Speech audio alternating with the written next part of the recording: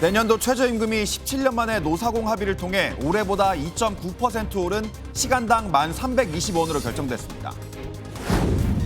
내란 특검팀이 어제 재구속돼 수용번호 3617을 받고 독방에 수감 중인 윤석열 전 대통령에게 오늘 오후 출석하라고 통보했습니다. 순직해병 특검팀이 이른바 VIP 경로설의 실체를 밝히기 위해 오늘 김태효 전 국가안보실 1차장을 피의자 신분으로 소환 조사합니다. 한국은행이 집값 과열을 막기 위해 대출 수요 억제가 필요하다며 기준금리를 2.5%로 동결했습니다. 시청자 여러분 안녕하십니까? 내년도 최저임금이 시간당 1,320원으로 결정됐습니다. 올해와 비교해 2.9% 오르는데요. 2.9%는 2000년대 들어 역대 정부 첫 최저임금 인상률 중 가장 낮은 수준입니다. 특히 2008년 이후 17년 만에 노사 간 합의로 최저임금을 결정해 의미를 더했습니다. 오늘 굿모닝 MBN 첫 소식은 한여혜 기자가 보도합니다. 내년도 최저임금이 시간당 1,320원으로 결정됐습니다. 인상률은 2.9%로 올해 최저임금이 1,030원보다 290원 오릅니다. 주 5일 하루 8시간 근무 기준 월급으로 환산하면 215만 6,880원입니다. 이재명 정부에서 결정된 첫 최저임금으로 윤석열 정부의 첫해 인상률 5%보다 낮고 2000년대 다른 정부 첫해 최저임금 인상과 비교해도 가장 낮은 수준입니다. 이번 최저임금 결정은 2008년 이후 17년 만에 노사공 합의를 통해 이뤄졌습니다. 오늘의 합의는 우리 사회가 사회적 대화를 통해 이견을 조율하고 갈등을 해결하는 저력이 있음을 보여준 성과로 기억될 것입니다. 다만 노사 양측 모두 결과에 아쉬움을 내비쳤습니다. 민주노총 소속위원들은 인상률이 저조하다고 반발하며 회의장을 퇴장했고 합의를 결정한 한국노총도 턱없이 부족한 수준이라며 생계비 보완 대책 마련을 촉구했습니다. 이재명 정부는 저임금 노동자 생계비 부족분을 보완할 특단의 대책을 마련하십시오. 경영계는 민생경제 전반에 어려움이 가중되는 현실을 고려해 합의했지만 쉽지 않은 결정이었다고 밝혔습니다. 우리가 갈등보다는 좀 통합하는 방향으로 가는 것이 이 전체 우리 어려운 상황을 좀 극복하는 데 도움이 되지 않을까. 내년도 최저임금안은 이의제기 등 행정 절차를 거쳐 고용노동부가 다음 달 5일까지 확정 고시합니다. MBN 뉴스 한여입니다. 어제 새벽 넉 달 만에 다시 구속된 윤석열 전 대통령은 서울구치소의 이평대 독방에서 첫날 밤을 보냈습니다. 수용번호는 3617로 확인됐는데요. 내란 특검팀은 구속 하루 만인 오늘 오후 2시 윤 전 대통령을 불러 조사할 방침입니다. 장덕진 기자입니다. 어제 124일 만에 재구속된 윤석열 전 대통령은 서울구치소 독방에 입소했습니다.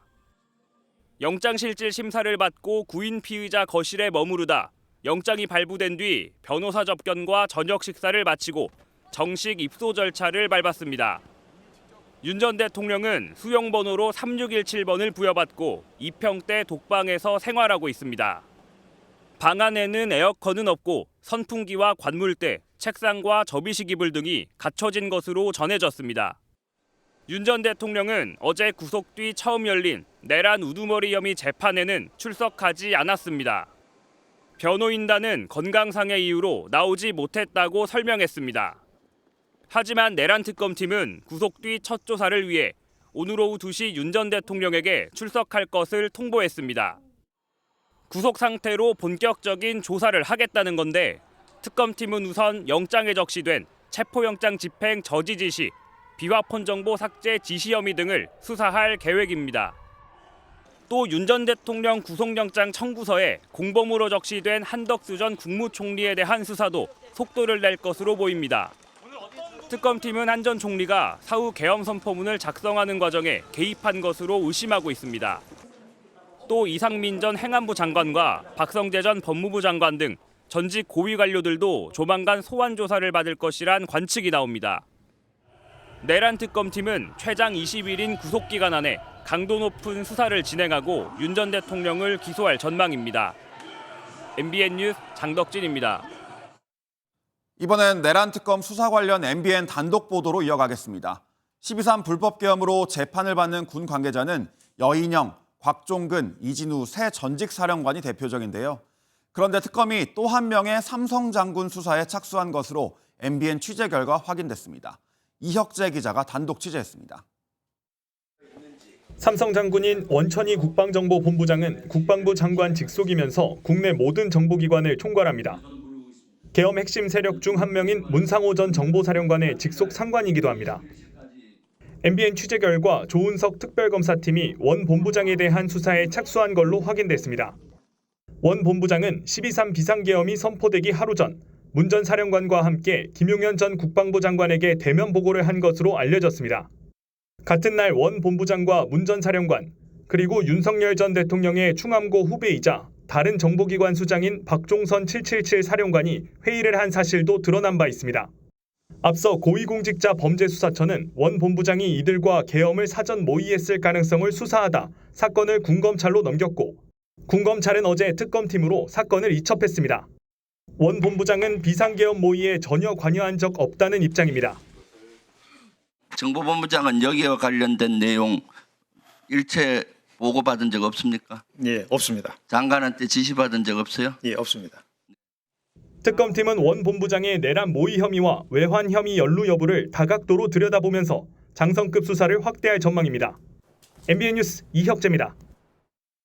내란 특검팀은 비상계엄 당시 국회에 침투했던 중간급 현장 지휘관들에 대해서도 무더기로 수사에 나선 것으로 확인됐습니다. 영관급뿐만 아니라 위관급 중대장들도 수사하겠다는 건데요. 이 중간 지휘관들까지 처벌해야 하냐는 지적이 있기도 했지만 특검팀은 모두 엄정하게 수사하겠다는 방침인 것으로 확인됐습니다. 이어서 현지호 기자가 단독 보도합니다. 지난해 12.3 비상계엄 당시 무장군인 등 680여 명의 군 병력이 국회 봉쇄작전에 투입됐습니다. 지금까지 내란 중요임무 종사 등 혐의로 수사를 받고 재판에 넘겨진 건 군 고위급 지휘관이 대부분이었습니다. 군 중간 지휘관들은 처벌 필요성을 두고 논란이 있어 수사가 사실상 미뤄져 왔습니다.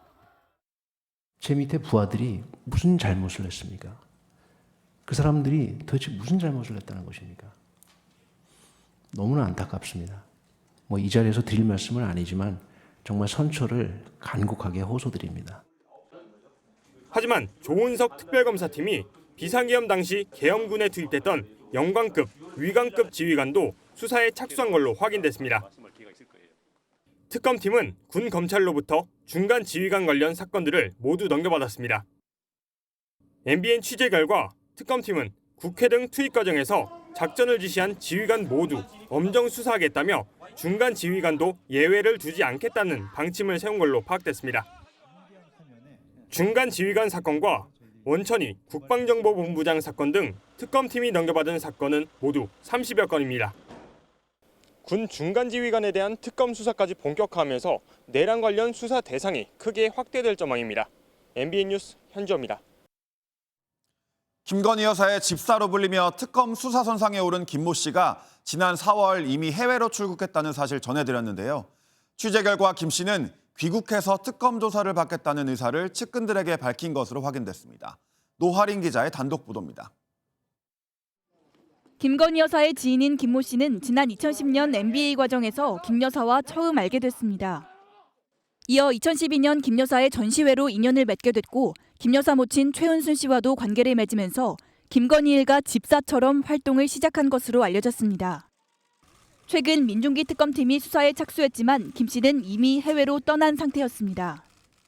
속칭 집사로 불리던 이 사건 주 피의자인 김모 씨가 올해 4월 해외로 출국하여 지금까지 귀국하지 않고 있는 사실, 또 사무실과 가족들이 주소지를 이전한 사실을 확인하였습니다.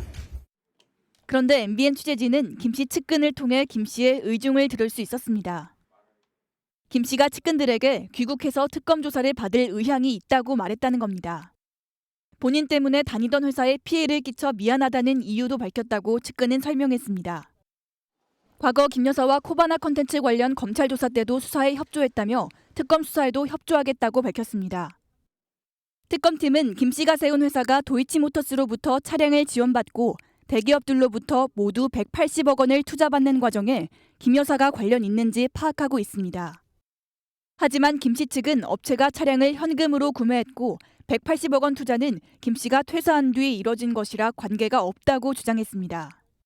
김 씨의 귀국 여부가 주목되는 가운데 특검은 관련자들에 대한 소환 조사를 앞당기는 방안도 검토하는 등 수사에 속도를 낼 방침입니다. MBN 뉴스 노하린입니다. 김건희 여사의 집사로 알려진 김모 씨가 순순히 특검 조사에 응하겠다고 한 데는 그만한 이유가 있는 것으로 보입니다. 한때 집사로 불렸지만 지금은 김 여사 일가와 사이가 크게 틀어졌던 겁니다. 김 씨 측은 김 여사의 모친인 최은순 씨와 함께 재판을 받았는데 최 씨 편을 들어달라는 요청을 거절하고 범행을 자백하면서 사이가 나빠졌다고 밝혔습니다. 이어서 최민성 기자가 단독 보도합니다.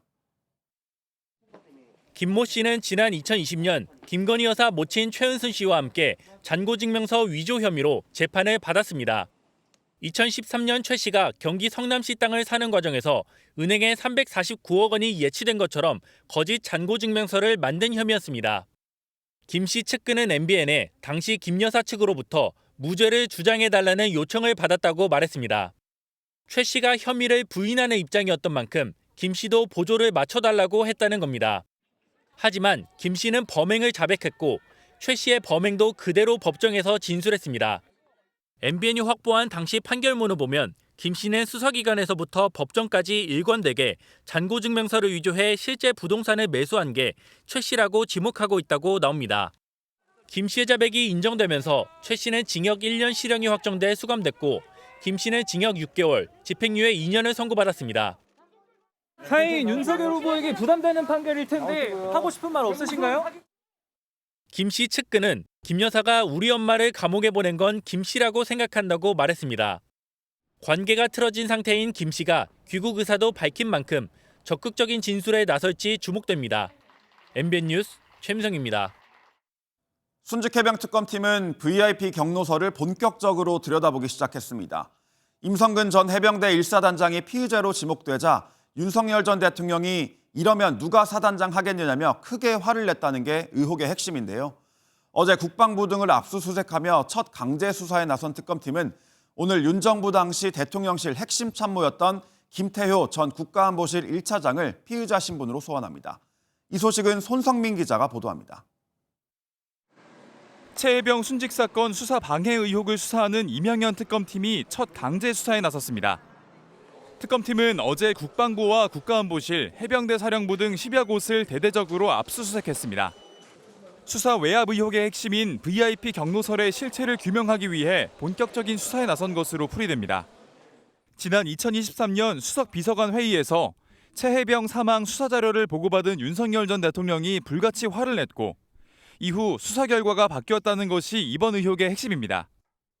대통령실, 국방부, 해병대 사령부 등에서의 은폐, 무마, 회유, 사건 조작 등 직무유기 및 직권남용 등 불법 행위를 수사 대상으로 정하고 있습니다.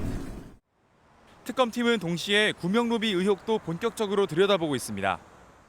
MBN 취재 결과 특검팀은 임성근 전 해병대 1사단장 구명로비 의혹의 핵심 인물인 이종호 전 블랙펄 인베스트먼트 대표의 자택을 압수수색한 것으로 확인됐습니다. 이 과정에서 이 씨가 누군가와 통화를 시도하다 제지당했고 수사관들과 이 씨가 실랑이도 벌인 것으로 파악됐습니다. 특검팀은 오늘 오후 3시에는 김태효 전 국가안보실 1차장을 피의자 신분으로 소환합니다. 김 전 차장은 경로는 없었다며 의혹을 부인해왔는데 특검팀은 당시 대통령의 의중이 어떤 경로로 군 수뇌부에 전달됐는지 집중 추궁할 것으로 보입니다. MBN 뉴스 손성민입니다. 3주 뒤 거대 여당인 더불어민주당의 새 당대표가 선출됩니다. 정청래, 박찬대 두 후보의 2파전으로 치러지게 됐는데요. 정 후보는 싸움은 내가 맡겠다며 강한 개혁을, 박 후보는 자신은 칼과 붓을 함께 쥘 줄 아는 대표라며 안정적인 리더십을 내세웠습니다. 이교욱 기자의 보도입니다. 더불어민주당 차기 당대표 후보로 정청래, 박찬대 두 의원이 등록하면서 2파전이 확정됐습니다. 두 후보 모두 이재명 대통령과의 각별한 인연을 내세우면서도 차별화된 표심 잡기 전략을 선택했습니다. SNS 영상으로 출마 포부를 공개한 정 후보는 대통령은 일만 할 수 있도록 싸움을 맡겠다며 특히 검찰, 언론, 사법개혁을 3개월 안에 끝마치겠다고 강조했습니다. 강한 배짱이 필요하다. 후폭풍 등 반대를 뛰어넘을 수 있는 강력한 리더십, 그것이 필요하고. 박 후보는 동료 의원 10여 명과 함께 민주당사에서 기자회견을 열었습니다. 박 후보는 지금은 실험이 아니라 검증된 리더십이 필요한 때라며 안정적 리더십을 강점으로 내세웠습니다. 야당과의 협상 여지도 남겨뒀습니다. 저 박찬대는 칼처럼 벼린 말로 싸움만 하기보다 칼과 붓을 함께 질 줄 아는 대표가 되겠습니다. 정 후보는 당원들로부터, 박 후보는 의원들로부터 지지를 얻고 있다는 게 당 안팎의 분석입니다. 여론조사에서는 대체로 정 후보가 앞서는 것으로 나타났지만 3주라는 시간 동안 판세가 바뀔 가능성도 충분합니다. 이번에 선출될 당대표의 임기는 1년이어서 연임에 도전할 가능성이 크고, 만약 연임에 성공하면 2028년 총선까지 당을 진두지휘하게 됩니다. MBN 뉴스 이규옥입니다. 극우 성향의 역사교육 논란을 빚은 교육단체 리박스쿨과 관련해 어제 국회에서 청문회가 열렸습니다. 여당은 손효숙 리박스쿨 대표의 역사관을 집중 추궁했는데 손 대표는 자신이 마녀 사냥을 당하고 있다고 항변했습니다. 장가희 기자가 보도합니다. 민주당은 리박스쿨이 전두환 명예회복 TF를 구성해 관련 활동을 계획한 정황 등을 입수했다며 이에 대한 입장을 캐물었습니다. 전두환 씨에 대해서는 어떻게 생각합니까? 명예를 다시 복권시켜야 될 사람이라고 생각하십니까? 손 대표는 전두환 전 대통령에 대한 옹호 발언으로 여당 의원들의 반발을 샀습니다. 수많은 국민을 학살했는지 그 부분에 대해서는 제가 그렇게 판단하기가 어렵습니다. 민주당은 손 대표가 교육부 정책자문위원 신분임에도 일반 학부모인 것처럼 가장해 민주당 의원들에게 문자를 보낸 일도 따져 물었습니다. 손 대표는 자신이 문자를 보낸 것은 인정하면서도 과도한 공격을 받고 있다고 항변했습니다. 마녀 사냥을 당하고 있는 거에 대해서 제가 지금 심신미약자가 됐습니다.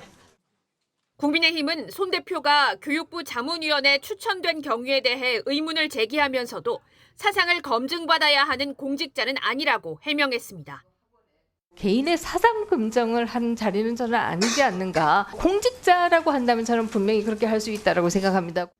청문회에서는 리박스쿨 연관기관이 늘봄학교 사업단체로 선정될 수 있도록 대통령실이 교육부에 압력을 행사했다는 증언도 나왔습니다.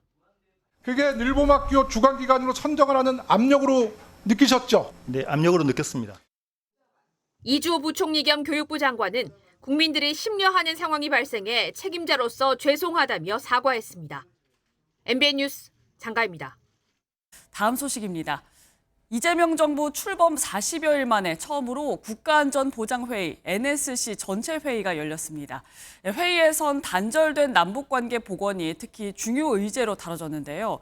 위성락 안보실장 귀국 직후 열린 회의인 만큼 미국의 통상 안보 압박에 대한 대응 방안도 논의됐을 것으로 보입니다. 주진희 기자입니다.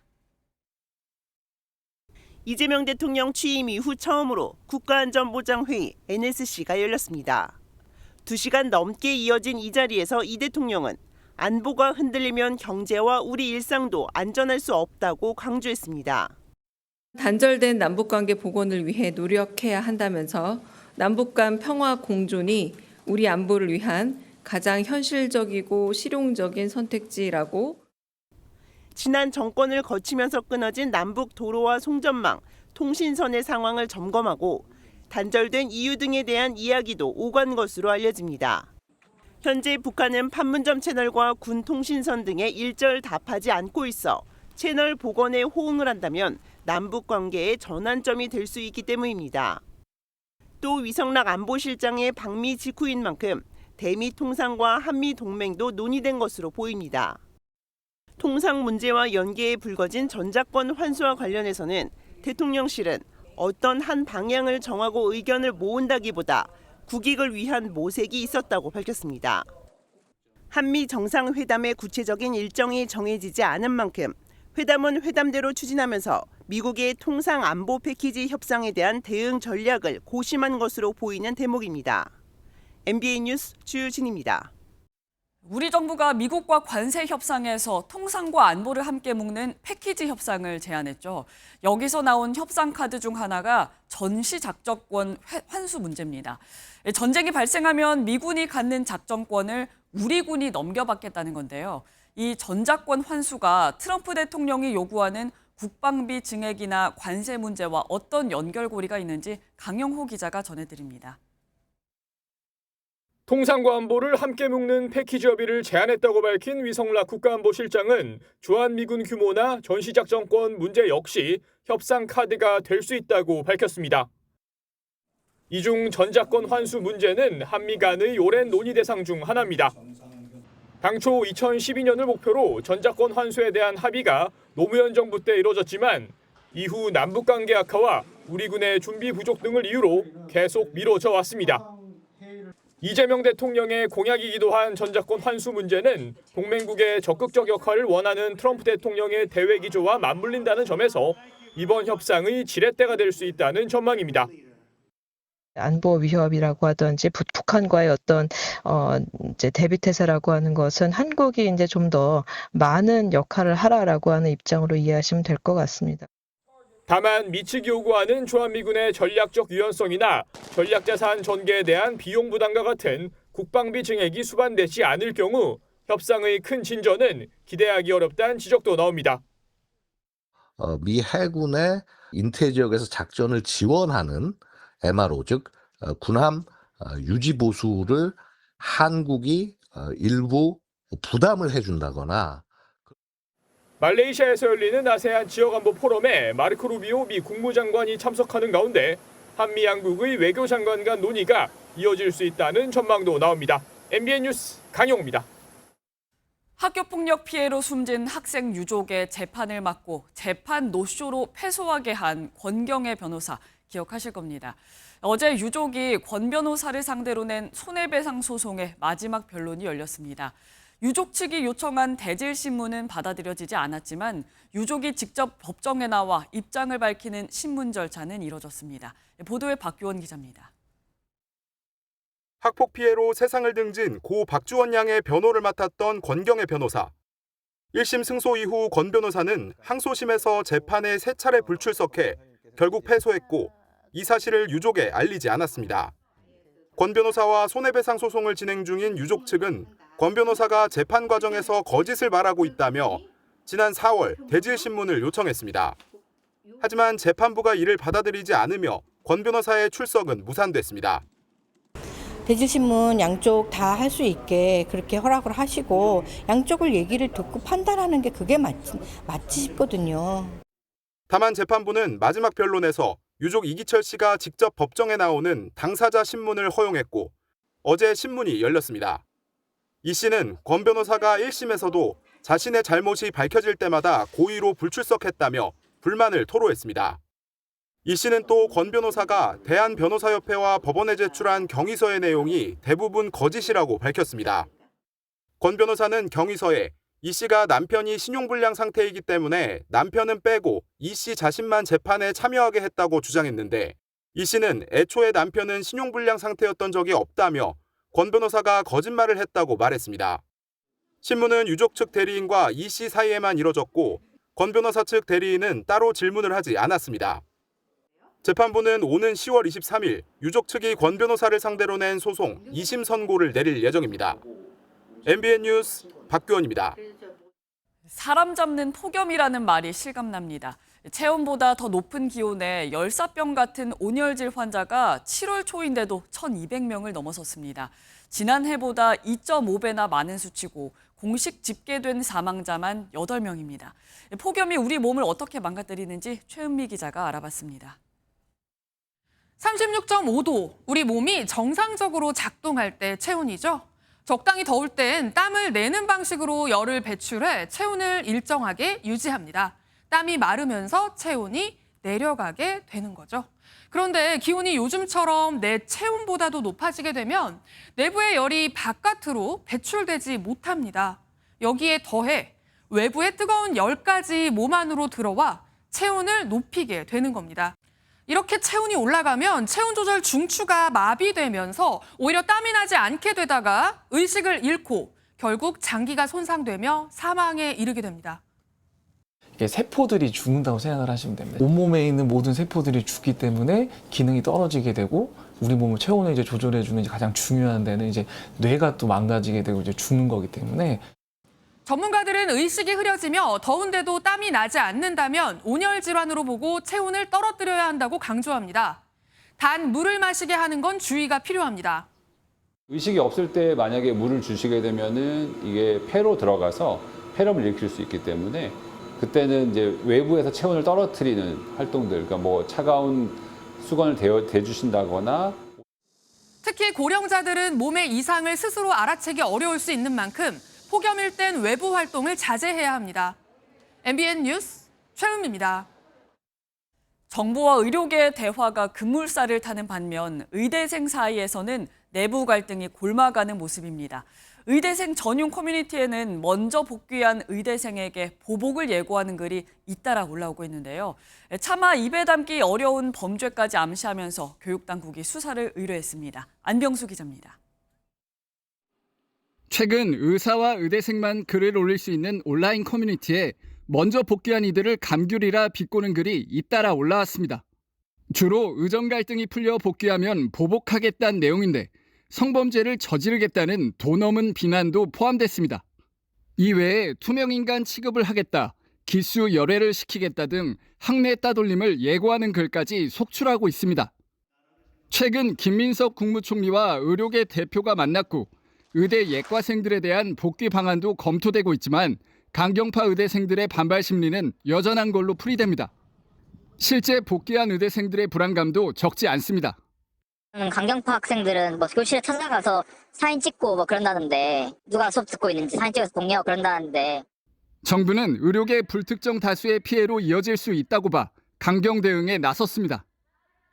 집단 행동에 참여하지 않는 불특정 다수의 의대생과 전공의들의 생명과 신체에 직접 위해를 가하고 학업과 업무 등에서 불이익을 예고하고 있어 신속히 저희가 수사 의뢰를 하였습니다. 정부는 이어 의대생들의 학습권을 침해하는 행위에 대해서는 적극적인 수사 의뢰에 나설 방침이라고 밝혔습니다. MBN 뉴스 안병수입니다.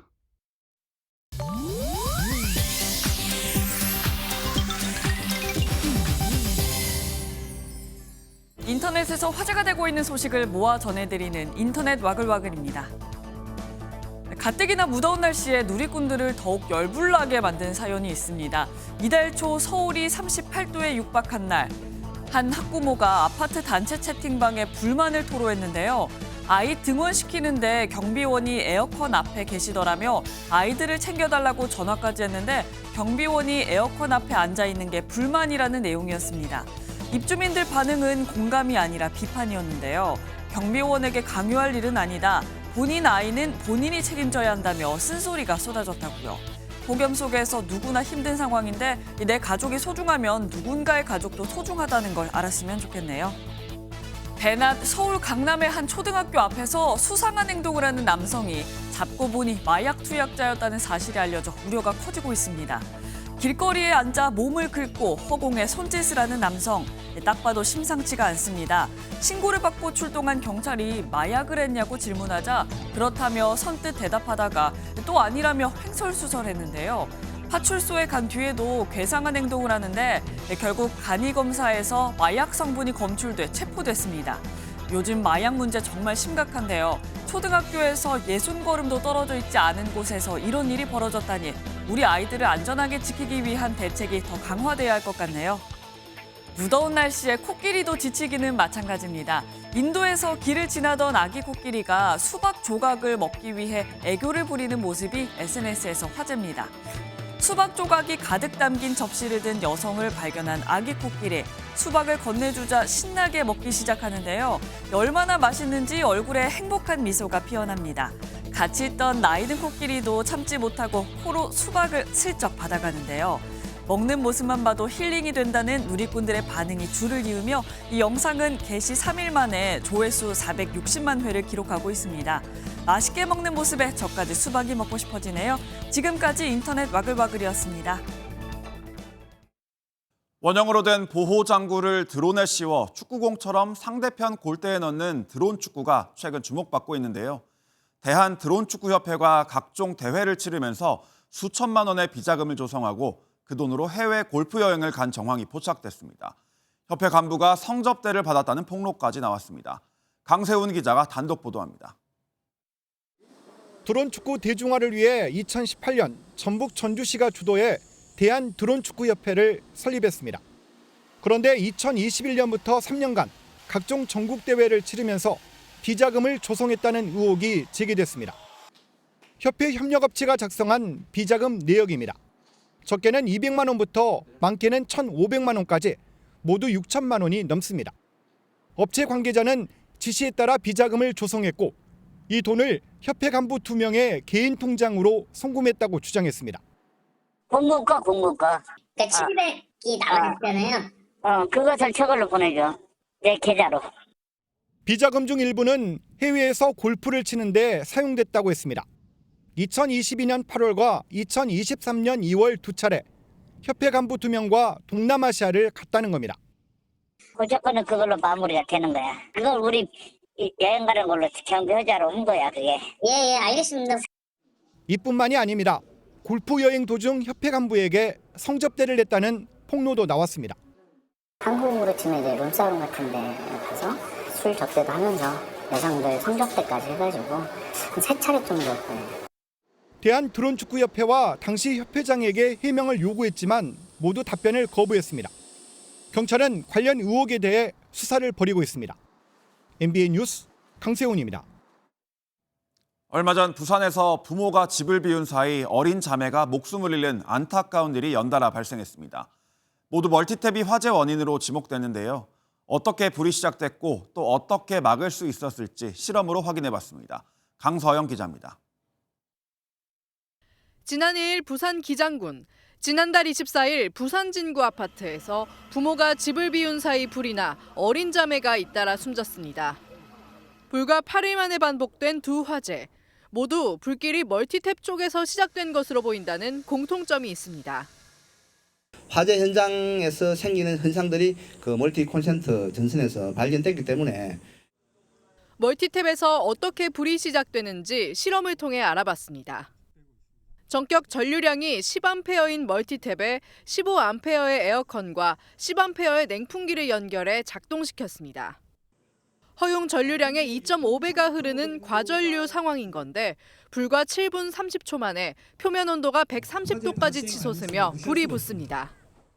반면 대용량 멀티탭이나 벽면 콘센트는 같은 조건에서도 온도가 40에서 60도 수준에 머물러 비교적 안정적이었습니다. 때문에 에어컨처럼 소비 전력이 큰 가전은 벽면 콘센트에 직접 연결하고 그게 어렵다면 누전 차단 기능이 있는 고용량 멀티 콘센트를 사용해야 합니다.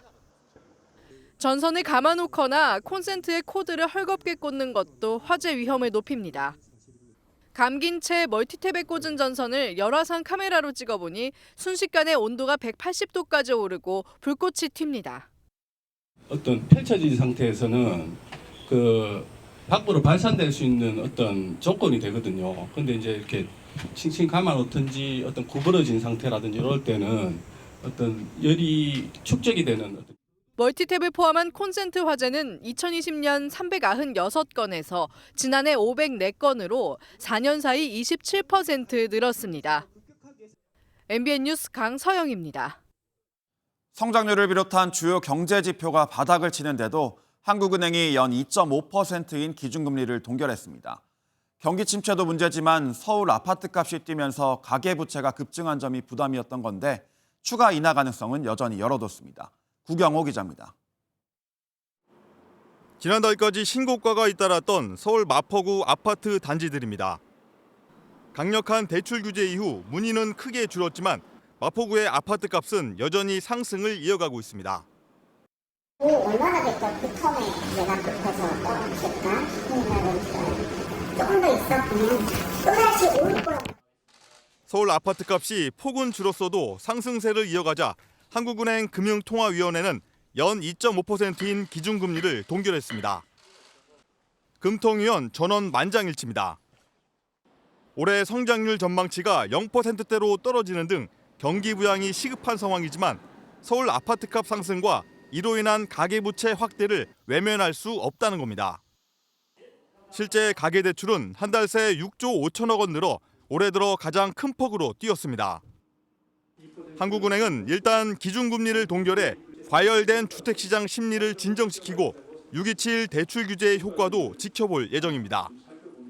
부동산 가격을 막 상승시키는 그 요인으로는 작동하기는 하지 않겠다는 것이 이미 소유와 성장을 많이 제약하는 그런 임계 수준에 와 있다고 생각합니다.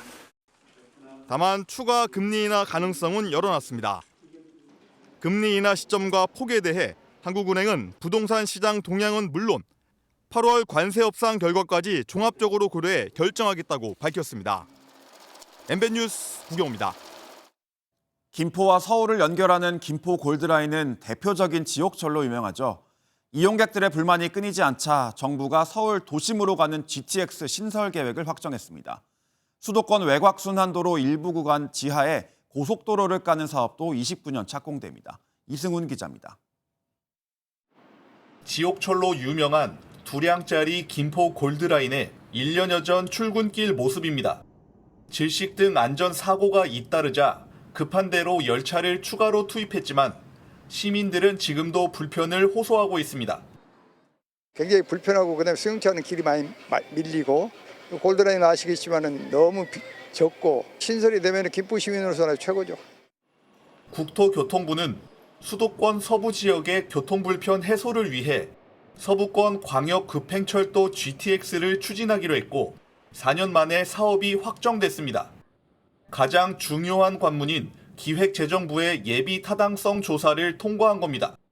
김포 장기에서 출발해 인천 검단과 계양을 거쳐 부천 종합운동장까지 21km를 신설하는 사업으로 이후 GTX B노선을 타고 서울 청량리역까지 이동합니다.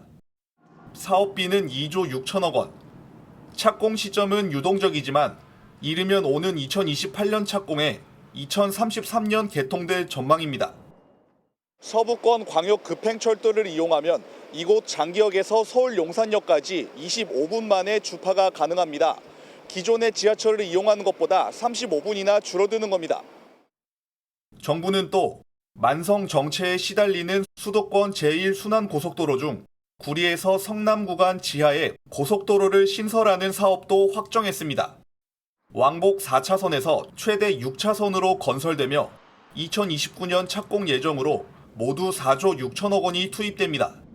사업비 2조 5천억 원으로 부산과 양산, 울산을 잇는 총 47km 길이의 동남권 광역철도 연결 사업도 예비 타당성 조사를 통과했습니다. MBN 뉴스 이승훈입니다.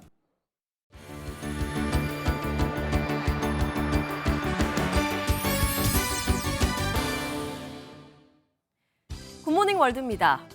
솜털이 보송보송한 어린 야생동물 한 마리가 홀로 구조됐습니다. 아직 어미 품이 간절할 것 같은데요. 어떤 사연인지 확인해 보시죠. 새끼곰 한 마리가 물웅덩이에서 놀고 있습니다. 이름은 도리, 생후 한 달밖에 안 됐는데요. 불법 온라인 시장에서 한화 약 800만 원에 팔릴 뻔했다가 구조됐답니다. 이곳 코소보에선 과거 곰 사육이 불법이 아니어서 식당에서 오락 목적으로 곰을 기르기도 했다는데요. 2010년부터 개인의 곰 사육이 금지됐지만 아직 밀매가 이어지고 있다는군요. 도리는 다행히 건강하고 보호구역 내 다른 곰 12마리와 함께 살 예정이라네요. 236년 전 7월 14일은 지금은 너무나 당연한 자유와 평등이란 가치를 얻기 위해 프랑스 시민들이 들고 일어선 날인데요. 며칠 뒤로 다가온 이날을 기념하기 위해 프랑스에서 성대한 에어쇼 준비가 한창이라고 합니다. 파리로 가보시죠.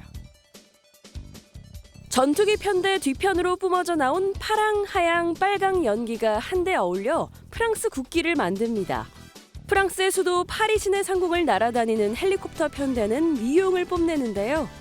다가오는 7월 14일 프랑스 혁명 기념일을 앞두고 에어쇼 예행 연습을 하는 모습입니다. 7월 14일은 프랑스 혁명을 상징하는 바스티유 감옥 습격이 일어난 날이죠. 프랑스 혁명은 올해로 236주년을 맞이했는데 이때 사용한 파랑, 하양, 빨강의 삼색기가 현재 프랑스의 국기가 된 거라고 하네요. 최근 이른바 일본 대재앙설로 조마조마했던 분들이 있으실 텐데요. 대자연의 힘을 느낄 수 있는 일이 지구 반대편에서 일어났습니다. 원주민 설화에 따르면 그곳에 불의 여신이 살고 있다는데 여신의 위력이 어마어마하네요. 분화구에서 시뻘건 용암이 힘차게 솟구칩니다. 맹렬하게 뿜어져 나오는데 그칠 기미가 보이지 않습니다. 미국 하와이 빅아일랜드의 킬라우에아 화산에서 용암이 분출했는데요. 첫 분출 때 용암의 높이는 45m에 불과했지만 점차 격렬해지면서 365m까지 올라갔다고요. 이번 분출은 약 9시간에 걸쳐 일어나다가 멈췄다는데요. 대자연의 위력에 경외심이 드네요. 지금까지 굿모닝 월드였습니다. 굿모닝 문화 소식입니다. 대한적십자사 창립 120주년, 광복 80주년을 맞아 의미 있는 음악회가 열렸습니다. 또 북한 청년의 일상을 통해 북한의 현실을 조명한 색다른 뮤지컬도 만날 수 있습니다. 문화 소식 이상주 기자입니다. 1905년 고종황제의 칙령으로 시작한 대한적십자사가 120주년을 맞아 함께 온 사람들에게 감사를 전하는 공연을 열었습니다. 인도주의 활동에 헌신해온 봉사원, 헌혈자, 기부자, 청소년 적십자단원 등 2천여 명의 적십자 가족이 한자리에 모였습니다. 강릉 시립교향악단 연주로 나눔의 가치를 함께하며 따뜻한 마음을 전했습니다. 대한적십자사 창립 120주년이다. 광복 80주년을 맞이해서 인도주의 활동에 헌신해 오신 적십자 가족들과 그 독립유공자와 그 후손들을 위해서 감사의 마음을 담아서 이번 음악회를 준비했습니다. 내 미래를 알고 있어 이룰 수가 없단 걸 자야니까. 뮤지컬 은경은 탈북 여성이 대한민국에 정착한 뒤 북에서 보냈던 고등학교 1학년 생활을 회고하며 쓴 일기를 바탕으로 한 작품입니다. 노래 부르고 친구들과 장난치며 어울리기 좋아하는 여느 10대들의 모습은 한국 청소년과 크게 다를 바 없습니다. 북한판 안내 일기로 17세 청년의 일상을 통해 북한의 현실을 볼 수 있습니다. 그림은 달, 날개 등을 소재로 점묘로 그려져 있는데 점을 그리다 보면 자신도 모르는 경로를 찾아가는 과정과 점이 모여 하나의 그림이 완성됩니다. 작가는 오랫동안 실체와 주체에 대한 사유를 통해 신화와 비인간, 여성성과 몸, 그리고 우주와 자연의 공존이라는 주제로 확장된 작업을 선보입니다. 인류학적 관점에서 전개된 철학적 흐름을 기반으로 한 신작은 낯설지만 깊이 있는 공간 감각을 전합니다.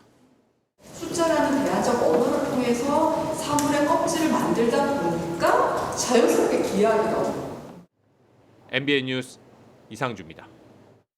최근 유명 SNS 인스타그램 이용자들의 계정이 영문도 모르는 채 정지되는 사례가 끊이질 않고 있습니다. 계정으로 사업이나 홍보를 하던 이들에게는 생계에도 큰 타격을 입을 수밖에 없는데 피해자들은 제대로 된 설명조차 듣지 못하고 있습니다. 안유정 기자의 보도입니다. 웨딩 사진 촬영 작가 박상호 씨는 지난 3월 10년 동안 사용하던 인스타그램 계정이 정지됐습니다. 제대로 된 설명도 없이 계정이 정지된 박 씨는 한순간에 일을 할 수 없게 됐습니다. 예약이 70%로 줄었고 유입이 되지 않으니까 그것 때문에 매출액이 3분의 1로 줄었더라고요. 하소연할 데도 없고 좀 많이 답답했어요.